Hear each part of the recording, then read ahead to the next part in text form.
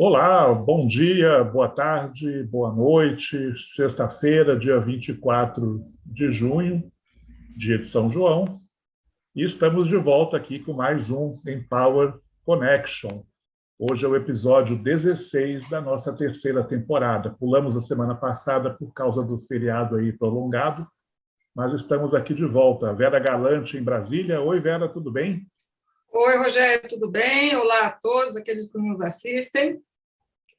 E eu, Rogério Schmidt, aqui em São Paulo. Se você ainda não está inscrito no nosso canal, aproveite para fazer isso. Tivemos uma boa audiência aí do nosso último programa, 2 semanas atrás, e precisamos aí dos seus likes, dos seus comentários, da sua interação.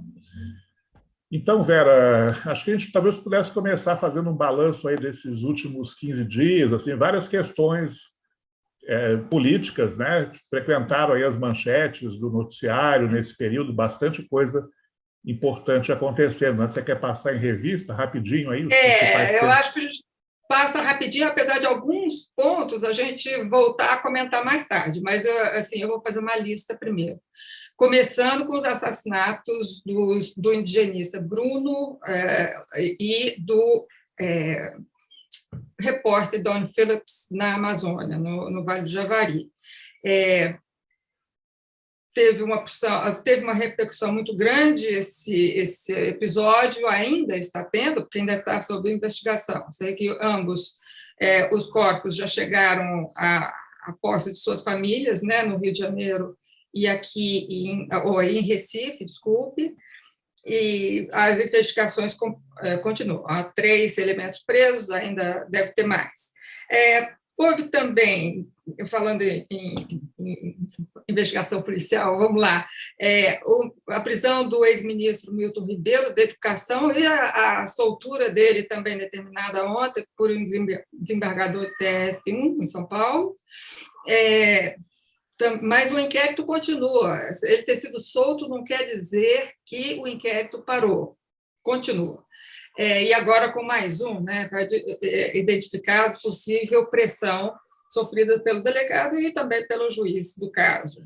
É aquele episódio lá de tráfico de influência no MEC, né, de alguns pastores evangélicos e tal, e Isso. recursos aí nas prefeituras, que foi até o motivo da demissão do Milton Ribeiro há uns meses atrás, né? Exatamente. E isso também nós vamos falar daqui a pouco, rapidamente, quando a gente falar da campanha presidencial, né? Porque isso pode respingar ou não na campanha. Isso aqui é o spoiler do que vem daqui a pouco. O presidente demitido da Petrobras finalmente anunciou, quer dizer, é uma situação inédita. Nós vamos para o 5º presidente da Petrobras em 5 anos. E também estamos no 5º ministro da Educação no mandato inteiro, 3 anos e alguns meses, 8 meses. E algumas outras tentativas, alguns outros eventos de importância também. Mas nós vamos focar agora em alguns que nos interessam imediatamente para falar do contexto atual e o que vai ter continuidade semana que vem e nas próximas semanas e meses.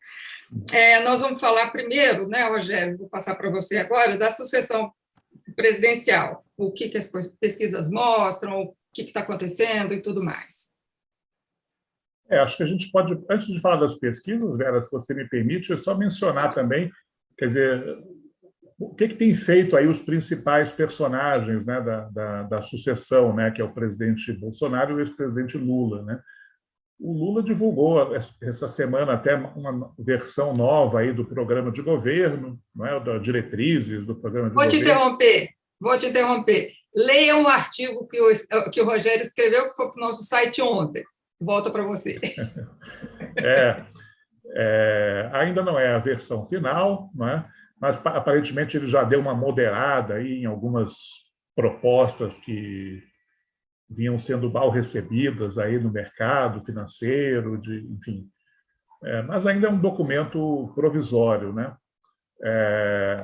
E o ex-presidente e o presidente Bolsonaro continua aí na mesma toada de sempre, né? Fazendo aí mobilizando aí as suas redes sociais e fazendo suas motociatas em várias partes do Brasil, participando de marchas evangélicos, enfim, está tentando reforçar os laços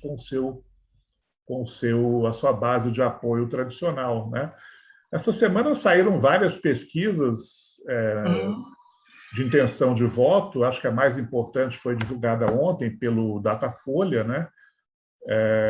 E interessante é que todos esses fatos que eu mencionei e os que você mencionou também, Vera, na abertura, não tiveram, assim, aparentemente, até o momento, grande impacto nos números, nem do Bolsonaro, nem do Lula, né? Houve uma grande estabilidade na comparação com a pesquisa que tinha sido divulgada em maio, né?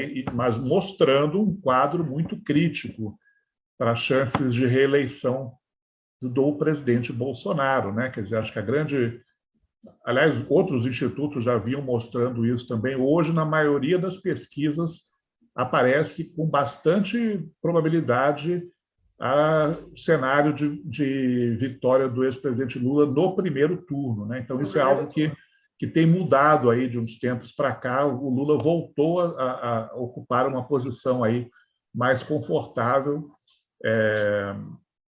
Claro que a gente não pode bater o martelo, a eleição vai ser daqui a 100 dias, né? Acho que tem até essa conta, né?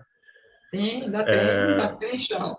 Mas, por exemplo, no Datafolha de ontem, né, na pesquisa estimulada, o Lula aparece com 19 pontos de vantagem sobre o Bolsonaro, 47-28. E quando você considera somente os votos válidos, o Lula aparece, então, com 53%, né? Que seria suficiente aí para hoje, né, se a eleição fosse hoje, segundo o Datafolha, o Lula teria grandes chances de ser vitorioso no primeiro turno. Eu nem vou comentar as outras pesquisas que saíram essa semana, que foram pesquisas telefônicas, deram resultados aí um pouco mais favoráveis ao Bolsonaro, mas acho que a pesquisa da Datafolha, sem dúvida, é a que é mais importante aí das que saíram essa semana, né? O que você acha, Vera? A eleição está se consolidando mesmo, né? Quer dizer, acho que está se consolidando, mas ainda o presidente Bolsonaro tem mostrado certa resiliência. Só que a resiliência dele é dentro de um grupo. Ele não perde nem ganha, mas ele tem aquele grupo. O ex-presidente Lula, ele está conseguindo atrair o voto daquele que estava meio incerto, que votaria numa terceira via se essa terceira via decolasse.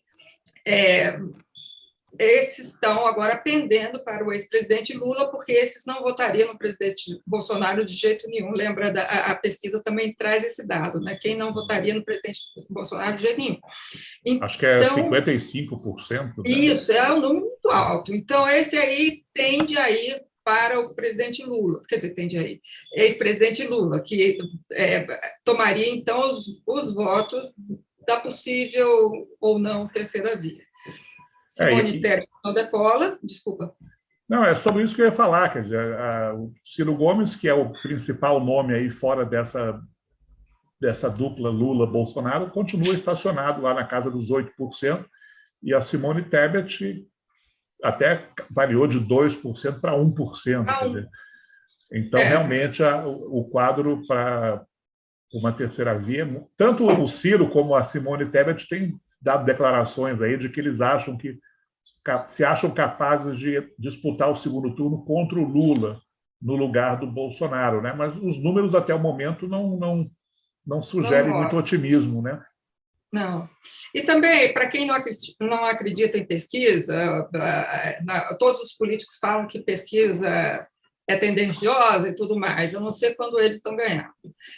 Nós acreditamos em pesquisa, nós acreditamos em pesquisa com margem de erro, a gente analisa com a pesquisa com olhar crítico, obviamente, mas nós gostamos de números, sim, dados vão bem, né? Eu acho que a gente tem que analisar, porque é isso que é esse o dado que a gente tem hoje, não é?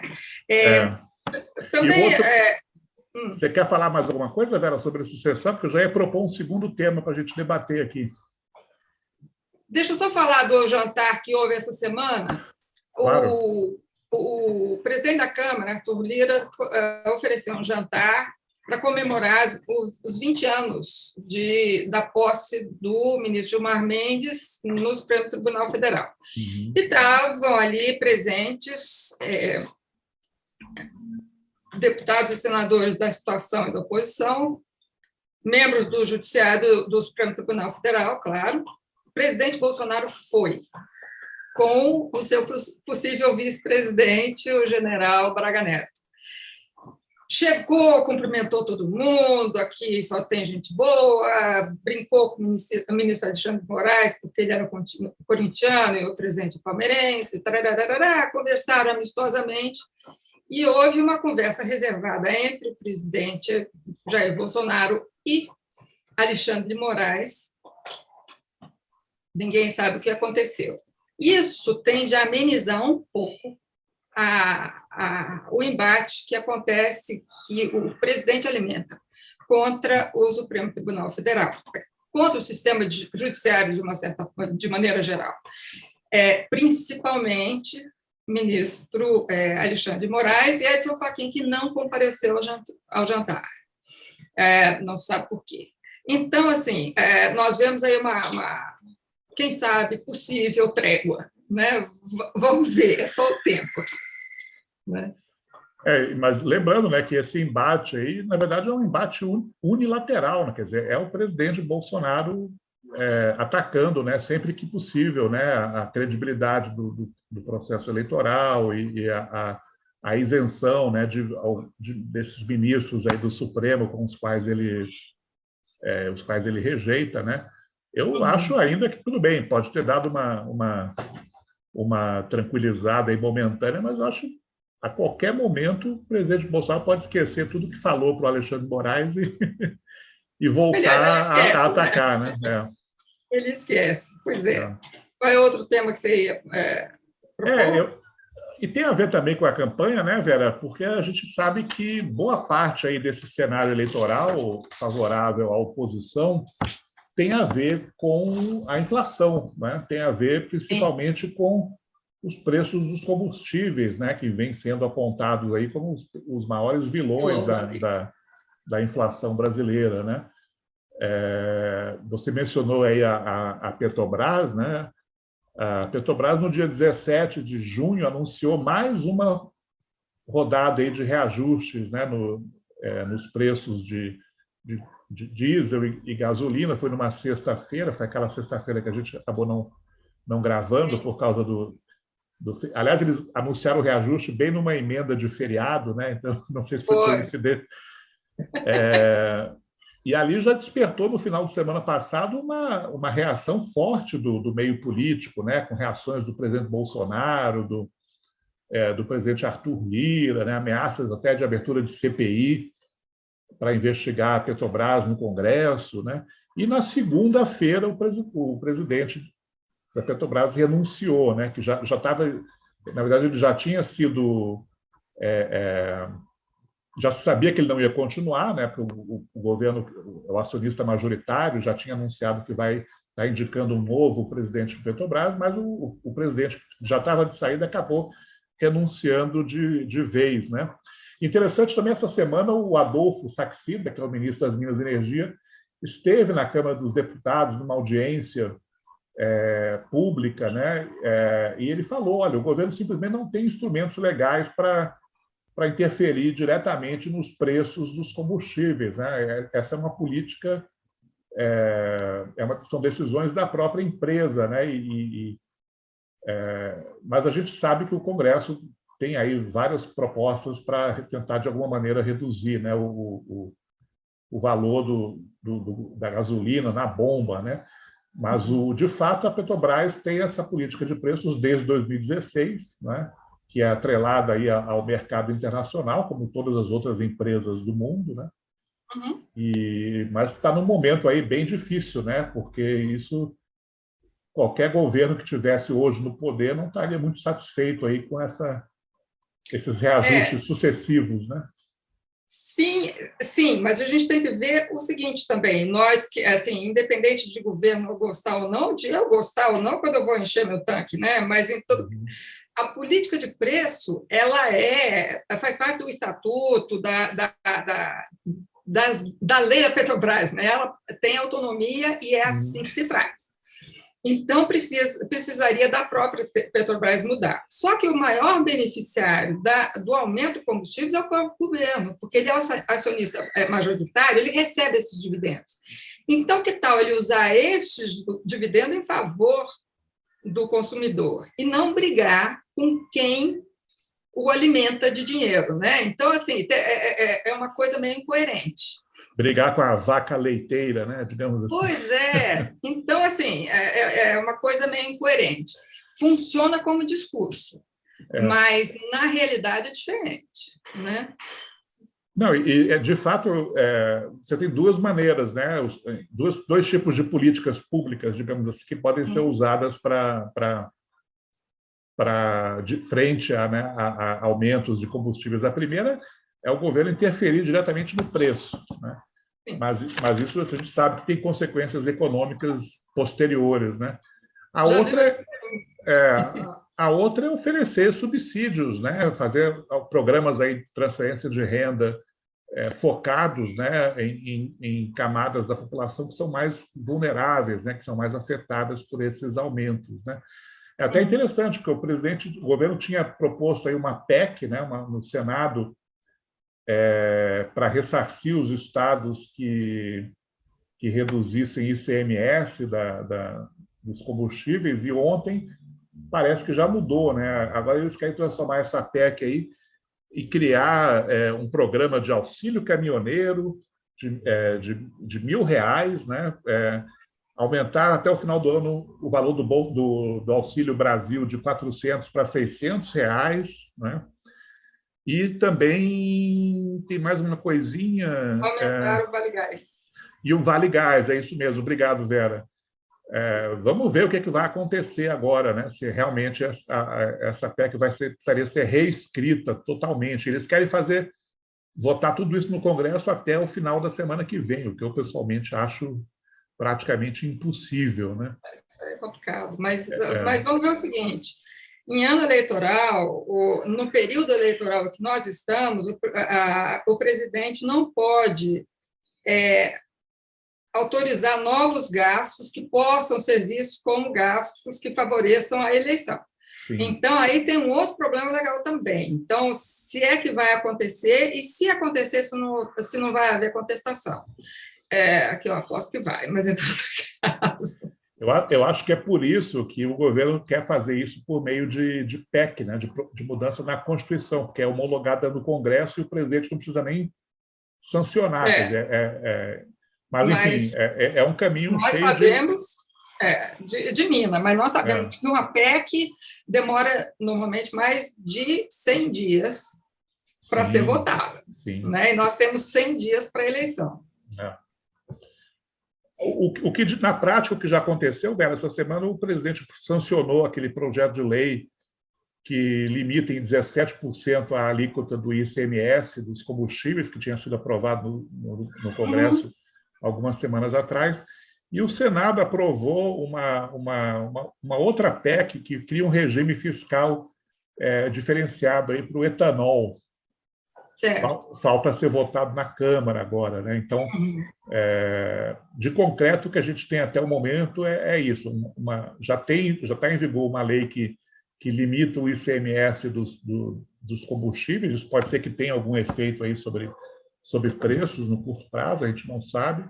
E já está na boca ali para ser aprovada também essa outra PEC que deve reduzir o preço do etanol, mas não da gasolina, né? Então, por enquanto, essas são as reações do mundo político. Pois é, quanta coisa que nós temos, né, Rogério? Deixa eu... aguardemos os próximos capítulos, porque eu acho que esse tema aí talvez não é o meu destaque para a semana que vem, mas certamente voltaremos a falar dele no nosso próximo. Eu acho que de agora para diante é só o que a gente vai falar, porque à medida que as campanhas esquentam, né, dos dois pré-candidatos a presidente, é engraçado falar que eles são pré-candidatos, mas eles são pré-candidatos à presidência, a gente vai ter que falar neles. Eu gostaria só de destacar uma coisa também. Lembra da carta aos brasileiros que o Lula leu quando ele foi eleito, etc., etc.? Hoje fazem 20 anos essa carta. E, como você destacou no seu artigo e também agora, o ex-presidente Lula tem mostrado uma certa moderação nos seus programas e tudo mais, que é coerente também com aquela carta. Vamos ver até onde ele chega no centro, que é onde ele normalmente chega, né? Ele vai ao centro com algumas ideias do Partido dos Trabalhadores ainda, que ele representa, e ideias dos empresários também, que o sustentam, na verdade. Ele tem levantado muitos fundos para a campanha entre os empresários. Então, vamos ver. Tá bom. Vera, eu já vou dar o meu destaque aqui para a semana que vem. A gente já combinou, né? O meu destaque é doméstico, o seu é externo, né? Isso. É sobre a agenda das reformas microeconômicas, né? Que é um tema que particularmente me interessa. Houve alguns avanços aí nessas últimas semanas, e a gente deve ter, a partir da semana que vem, o Senado precisa votar, senão vão caducar 2 medidas provisórias que trazem aí reformas nessa área microeconômica, a que cria o novo marco legal da securitização e a que cria o fortalecimento das garantias financeiras para o agronegócio. Essas 2 propostas já passaram na Câmara. Então, esse aí é o meu destaque para a semana que vem, junto com outro projeto que foi aprovado ontem no Senado, em caráter terminativo, e que talvez possa ser enviado direto para a sanção do presidente na próxima semana, a menos que haja recurso para votação em plenário, o que permite que o agronegócio faça o autocontrole sobre a própria produção. É um tema aí que divide aí a bancada ruralista com a bancada ambientalista, enfim, mas por enquanto está nesse pé.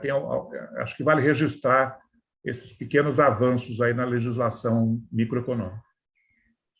Certo, e eu vou viajar para os Estados Unidos, então. Essa semana, aliás, ontem, a Suprema Corte americana aprovou, na verdade, ela expandiu a permissão ao porte de arma em público para todos os estados. Entendeu? A arma ela vai escondida, mas ela pode ser carregada York, Washington, D.C. e outros tantos, tinha uma legislação que dizia que, para a pessoa carregar, ela tinha que provar que ela não tinha, ela sofria ameaças além do que é normal para uma pessoa como você e eu andando na rua.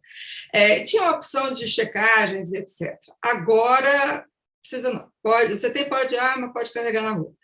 Isso aí vai forçar os estados a fazerem nova legislação. E isso pode repercutir no Brasil, porque o presidente Bolsonaro também é a favor disso. No mesmo dia, o Senado aprovou uma legislação bipartidária restringindo o porte de arma. Agora vamos ver a compra de armas. Agora vamos ver o que vai dar isso. Outra coisa que eu queria destacar é que o presidente Biden pediu Congresso a suspensão dos impostos sobre os combustíveis por 3 meses, para poder aliviar o bolso do americano durante essa recessão que eles estão passando. Lembrando que se a gente, uma pesquisa, uma reportagem que recentemente li, se a Petrobras desse o preço de 0 para os combustíveis, nós ainda pagaríamos R$4 na bomba. Esses R$4 são de impostos. Isso lá atrás, quando estava 7,50 o combustível ainda, agora mais. Tá bom, né? Vera. Então, acho que chegamos ao final aí de mais um Empower Connection. Estaremos de volta na semana que vem, se o mundo não acabar. E renovo aí o convite para quem ainda não está inscrito, para que vocês mandem likes e interajam conosco. Vera, muito obrigado, então. Até semana que vem. Obrigada a você, Rogério. Até semana que vem. Obrigado a todos que nos assistem também. Bom final de semana e boa semana que vem. Abraço. Tchau.